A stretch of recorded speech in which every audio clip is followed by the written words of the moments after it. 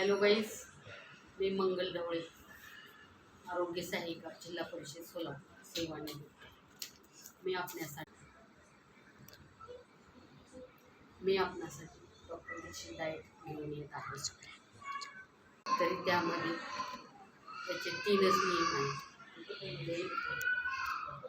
जेवताना जेवण 2 वेळा करायचे, 55 मिनिटाच्या आत खायचं आणि 45 मिनिटात 4.5 किलोमीटर चालायचे आणि आधीमध्ये काही खायचं नाही. तर त्याप्रमाणे मी डाएट गेली 5 वर्ष करत आहे. तर त्यामध्ये सुरुवातीला ड्रायफ्रूट्स खायचे, काजू नाही, बदाम आणि अक्रोड रात्री भिजत घालायचे, ते खायचे. नंतर सॅलड खायचं, काकडी, टोमॅटो.